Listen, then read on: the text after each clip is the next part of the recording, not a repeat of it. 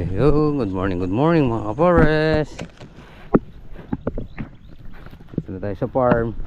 Ay, dito na pala tayo sa may sapang putulan. Yan o, yung huling sabog.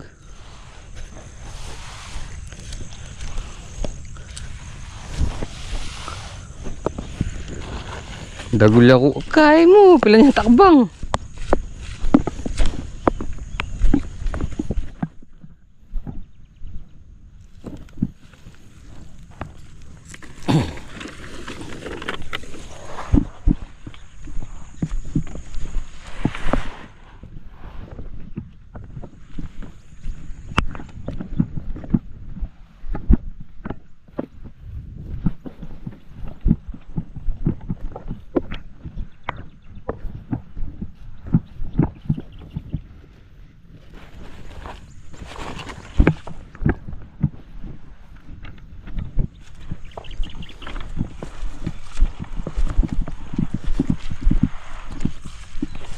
Itong pong makani ito.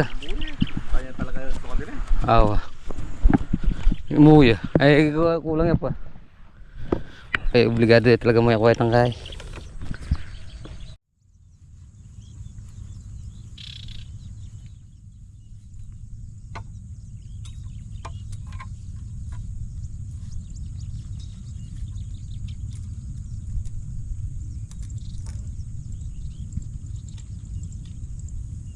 Pataluras na pamaming kaya niya. Sama.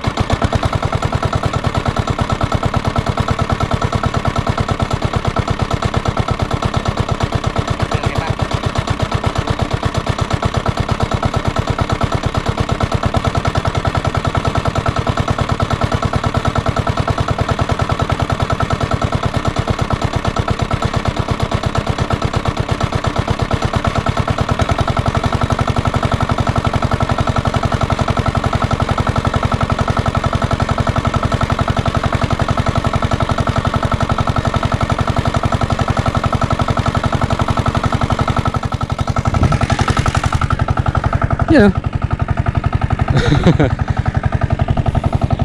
Magina yung tulutukan yun. Di pagka kaya, banda tayo again. Bahala na kami sira.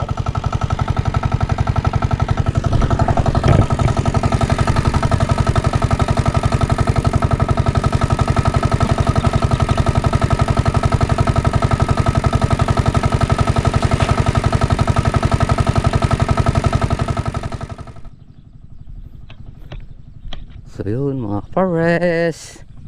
Yan. Patatagasan na natin ng tubig. Tatagasan na natin ng tubig yan. Hanggang roon. Pupunuin na natin. Tapos kinabukasan dito sa kabila.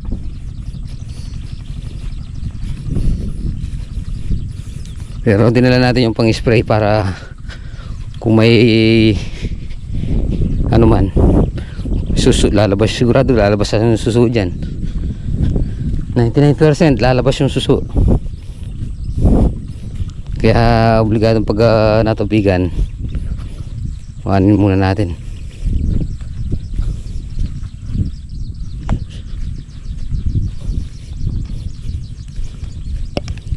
Yung suso. Wala ko palang kahi.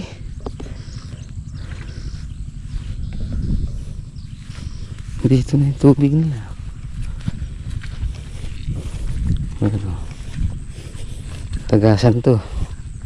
Galing dito. Dali muna natin yung ano dito. Yan o. Dagas o. Babas na yung suso o. Ay, kaganda.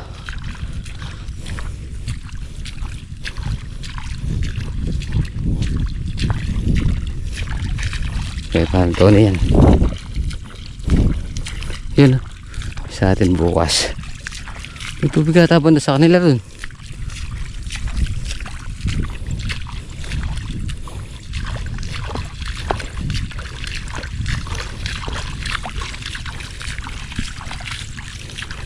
Basta na yung chucho.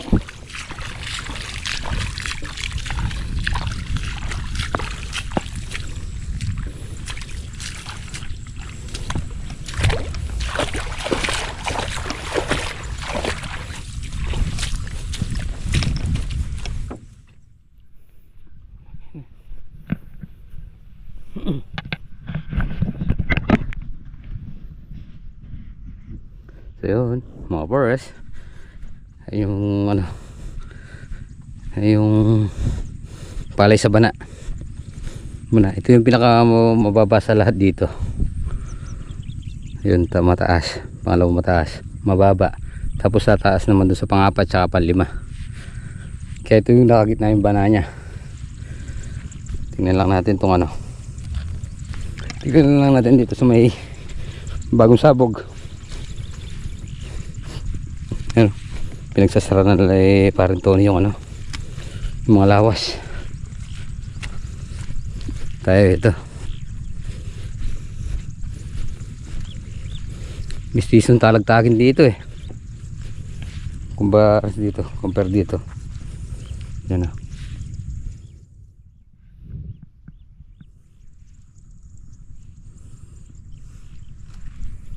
Yan, may mer din niya.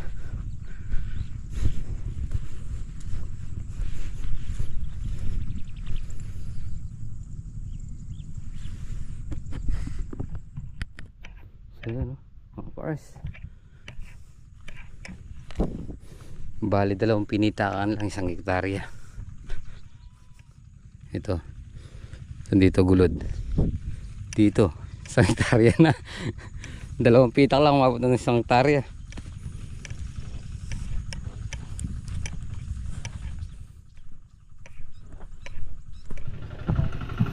Yun o, may dala yung padwas na. Siyempre. Aywa. Hindi, yung isa magpapadwas. Yung ako naman, pupunta ako doon sa dulo, maghanap ang suso. Aywa. Bawasan na kapon, di pa pwede. Malalam. Hindi lang para, hindi.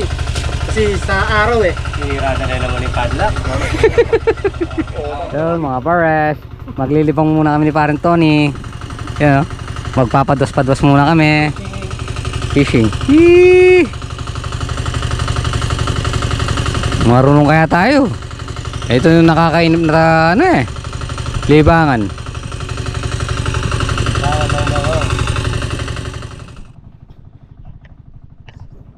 So yun mga pares, tatayin nyo yan, nag-i-spray ng pasuso. Kasi pag ayan, makikita nyo yung mga pares, yung mga suso parang patay na. Pero pag natubigan yan, buhay ulit yan. Kaya yan, pag nagkatubig, umaangat sila. So yun, pag umangat sila, kakain na sila. Ayan o, ayan o, biglang buhay. Pag di natin in-spray yan, malakas kumain. Ayan o.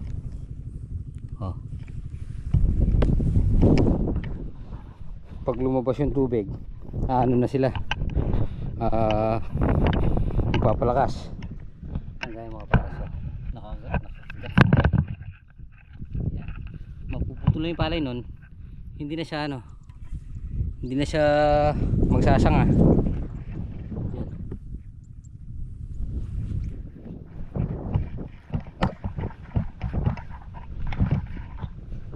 Kaya nag-spray siya.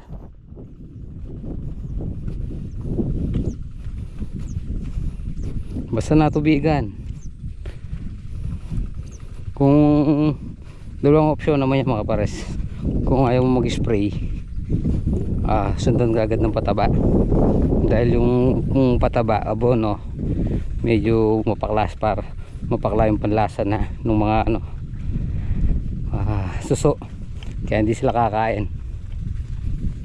Hindi sila makakain kasi ano, para mapakla siya. Hindi ko pa natikman pero iba yung lasa sa ano, sa mga suso. Yan. Mamamatay siya. Kaya lang malakas pumatay din ng kuko. Makukukuha siya. Nakakadalawang pitak na tayo. Dahil kumain tayo, hindi natin napansin na ano pala yung ano, yung makina natanggal yung pump belt.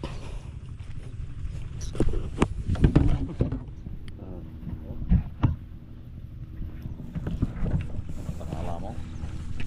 Ang mauli. Tsaka nakakain ng ganun. Sabi siya mo, samahan. Huh?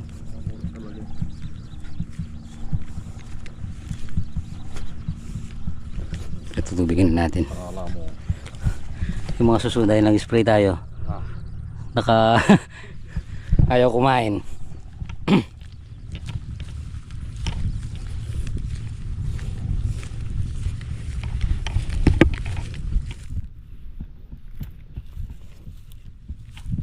Wala mo. Yung mga bukbuk na mo. Yata yung mga natin. Ayan. Okay. So tignan yung mga suso mga pares. Oh. Nakalutang lang. Yun. Tinangay. Tutang kaya tayo. So yun mga pares. Dahil nakapag-spray na tayong herbicide. Yan, yung damo. Yun. Ilulunod natin. Kailangan pagkatapos nating mag-spray ng herbicides, talagang linulunod yung ano, yung damo para malusaw. Hindi naman natin ilulubog yung palay, yung ano lang. Dahil yung damo, ayan, halos maliit pa. Kaya pag nasa kalahati nitong palay yung tubig, lunod na, pinamakakahinga, may iwan na siya. Yan, oh. Kaya lang dahil maraming muta yung ano, yung lupa banda rito, linagyan natin siya ng agroxon. Kaya lang yung agroxon yan, tignan mo, medyo nasasaktan din yung palay, medyo nanilaw ng konti. Yan. Yung ginagamit naman na ni Tito Enyo na ganyan, palipad hangin lang naman para kumalat lang sa tubig yung pansuso. Pag kumalat kasi hindi na siya kakain dahil aangat at aangat siya. Magpupumilit siyang pumunta sa itaas dahil matagal siyang nasa ilalim ng lupa. So pag may tubig, lalambot yung ano niya, pinagbaunan. Yan, tulin nito. Yan. Yan, oh. Umaangat na siya pero buhay yan. Yan, oh. Yan. Buhay yan. Ngayon pag naka-recover na siya yung ano niya,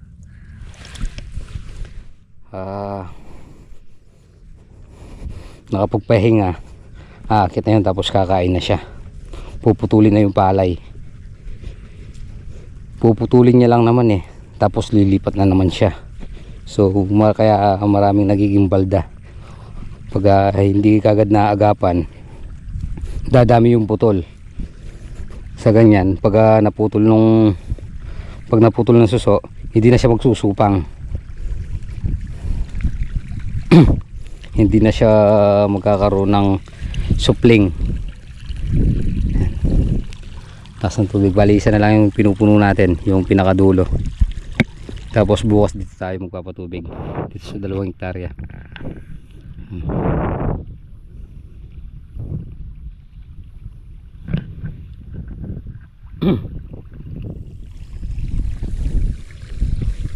Lakas ng tubig.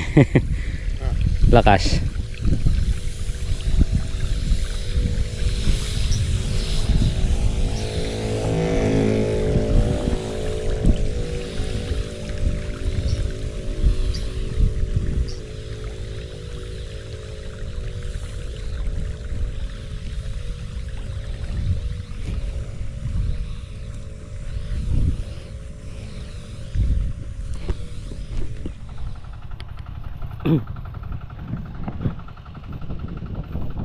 Nagipagpalitata. Yun oh. Alala eh.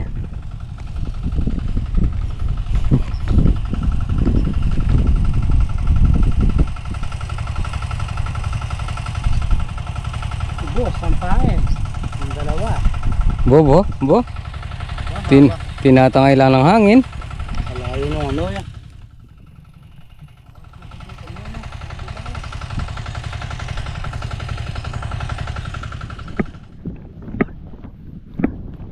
Hey.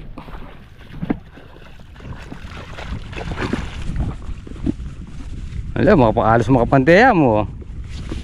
Sigana. Ayun mga pares. Dito na tayo sa bana. Ayun, ang ganda ng tubig. Lamag kaya pa na bang ito sarata na yan eh. Tingnan natin sa dulo kung puno na. Para isarado na natin dito.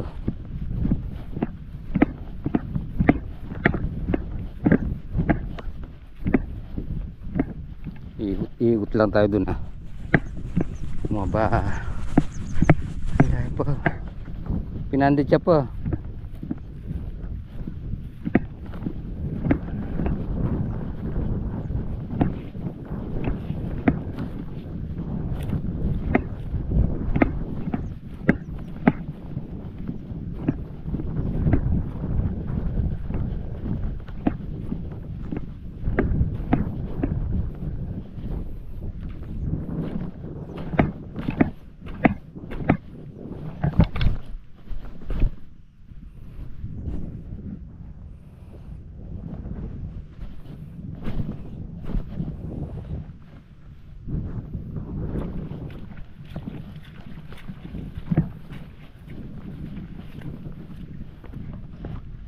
So mga pares, ito na lang muna ipupunuin natin.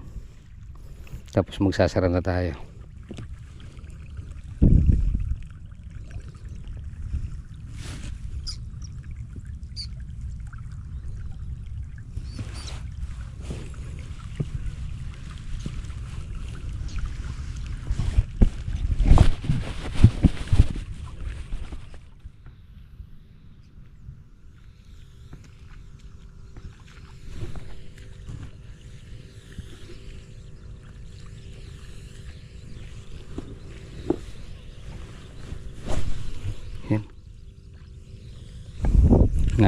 Naabang na sa pansuso.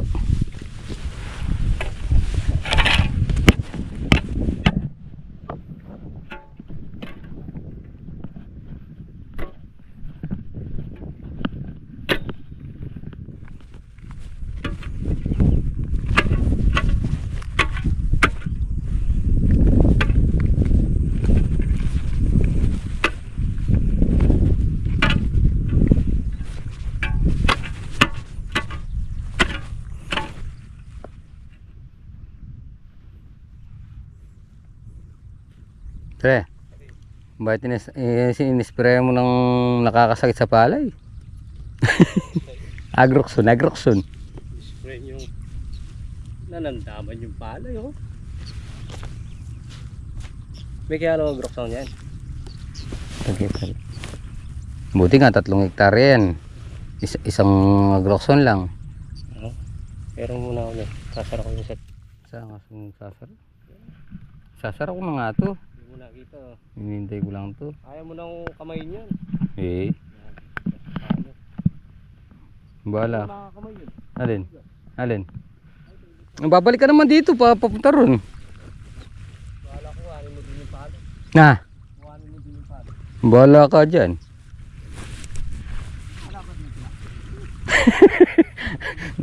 Dati sabi mo punasan yung pilapil. Hindi mong gawin gamit. Dati parang malapot pa yung pala. Dalawa.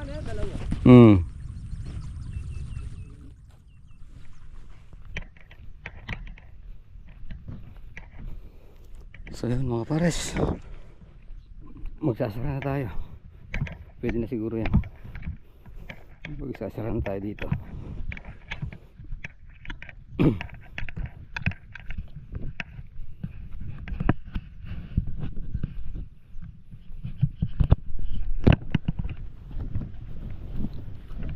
Magsasara na tayo ng lawas.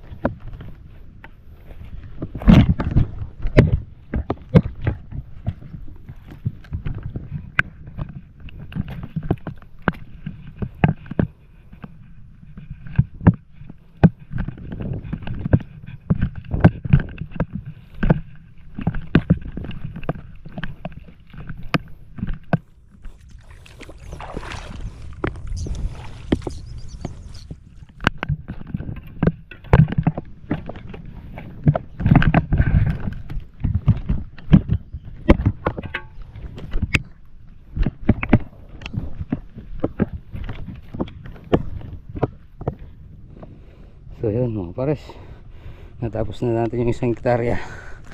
Walang walang labas ng tubig, nilak natin bago tayo magpataba. Magdadagdag tayo dyan para mapatay lang natin yung mapatay lang natin yung damo, ilulunod natin.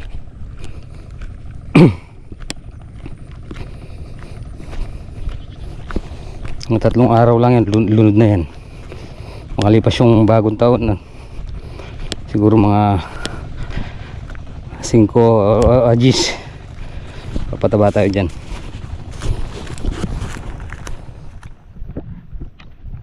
Gumagaya ka sila. Uwi na kaya, maiwan muna kami. Maiwan muna kami.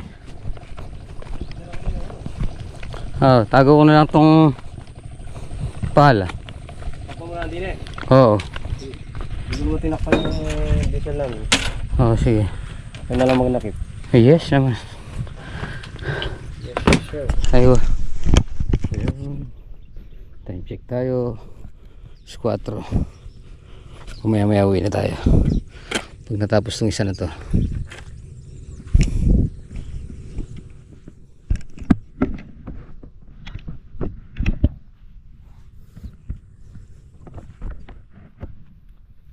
So yun mga pares, uwi na tayo.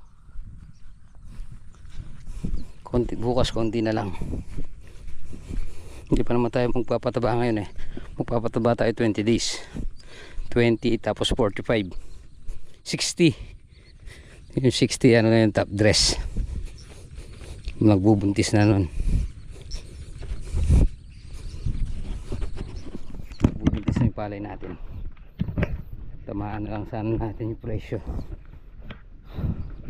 Kahit yung para magbawi-bawi tayo. Magandang gabi mga pares, kumusta po lahat? Nandito na tayo sa bahay, so oras na naman nagpahinga. Yan, thanks Lord at napatubigan na natin yung 1 hektarya. So bukas yung 2 hektarya naman yung kay Tatay Henyo. So tapusin na po muna natin dito ating munting video. Siyempre maraming salamat po sa kasama mga kapon. Ingat po palagi, God bless you po. Kita-kita po tayo sa vlog. Bye bye.